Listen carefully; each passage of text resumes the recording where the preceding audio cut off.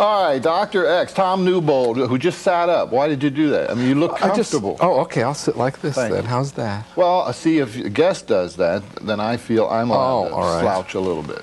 Yeah. All right, you can slouch. Okay, thank you. Now, let's go back to some more of these interesting. This started out as a hobby. Is this now a definite art form for you? Oh, yeah. It's gone much further than I ever thought it was. This is something I did in my basement. And then now that I've had a couple shows, you know, I'm really excited about it. And I see where it takes off from here. Who knows what the future holds. Right. What is, oh, there we go, some skull shots. Right. Now, this one I call skullduggery. And it's 4 different skulls there. And the one that's in the upper left-hand corner I've actually taken out, and that is one that I use on its own, which I call Howl. And people can look at that, and then, let's say the top left one there. How would you define that? What do you think, what does that tell you? What does that say to you? What, the Howl? Uh-huh. Oh, well, it's like that movie, The Howling. Wasn't there some kind of critter that amorphized or came out of... And is that what you had in mind? Well, I had a feeling that it looked like the person was in pain and they were suffering or something like that. It's just a very eerie Halloween-type X-ray, I think. Actually, this whole interview with you is making me want to sing a song, not howl a song. Which song is that? The hip bone connected to the thigh bone, the thigh bone connected to the ankle bone, and the ankle bone connected to the... Remember that song? Of course I do. Yeah. Everybody remembers that. All right, what is this? Can you X-ray a toolbox? Yes. Or a lunchbox? You could, yeah, in fact, when Channel 9, Mike Flannery did a show on me, we X-rayed a cereal box to see what the prize looked like that was on the inside of it. Is that on the beach or not? No. What is this That's for? anxiety of influences. And what that is it's an MRI, which is magnetic resonance imaging.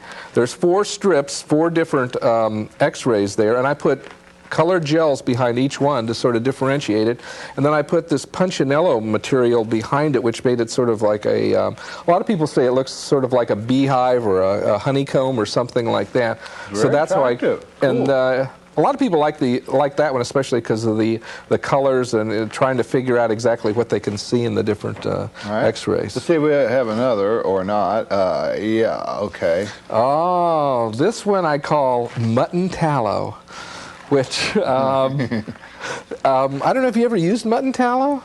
It's a product I've never even eaten mutton. It's a product that you use to rub on your hands, like to make them softer and that type of thing. So that's how I came up with this title. The top X-ray is of a seashell, and the bottom X-ray is once again an MRI. And I think it kind of looks like a golf course. That was my sort of interpretation of when I looked at it. It kind of looks like a dog leg on it. And I know you play golf, so it kind of looks like a dog leg there on a golf course. What's a dog leg? Crooked. I do it. I do it. This reminds me, you've been around, this reminds me of Claude Rains in The Invisible Man. Oh, it does, yes, I remember that movie. You like that? I like that. It's already titled, do you have to stick with what you I call this Skull with Glasses, but I'll be glad to change the title if that's what you think it should be, you know, whatever makes you happy. Yeah. What should I call it again? Claude Rains? The Invisible Man. The Invisible Man. What this is an X-ray of a skull. I put glasses on it, and then the glasses have holograms of skulls in the glasses. So, and then I put green behind it to create that effect that you see right there. Wow. Okay. The Invisible Man. That would be a good one. This is our final shot. You're welcome. Now remember, though, we just mentioned it on the air, so this copyright thing is... You'll get your commission. All okay. Right. All right. All right. I think this one is called On the Beach. Is that one of the ones that I gave? Yeah, On the Beach. This, once again, is mostly seashells, sand dollars, and that green object on the left-hand side there is actually a pine cone, and it had a piece of metal around it where it was attached to a Christmas tree. And I didn't realize at the time that I X-rayed it because I really couldn't see the metal. So that was kind of interesting that it came up like that. And I put different colored gels behind them once again to create the effect that you see there. All right. So your attire, Tom, is just a prop today. Or are you, could you give me a lobotomy if I wanted to? I'd be glad to give you a lobotomy. You could do that? Yes.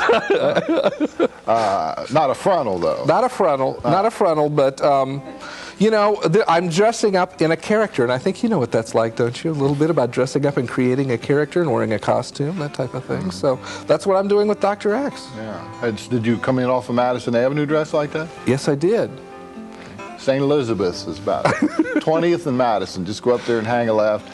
We've had enough fake doctors. No, let's not get into that. We're out of time. Tom Newbold, Dr. X. His works will be at the Public Library in downtown Cincinnati through the month of September. That's correct. Come back sometime. Oh, I'd love to do that. This was fun. All right. I'll be back with the next hour of Northern Kentucky Magazine. We're going to talk about education issues and also have a gentleman from Malott and Malott. We're going to talk about you and the IRS. Hang in there with Northern Kentucky Magazine on TKR 6.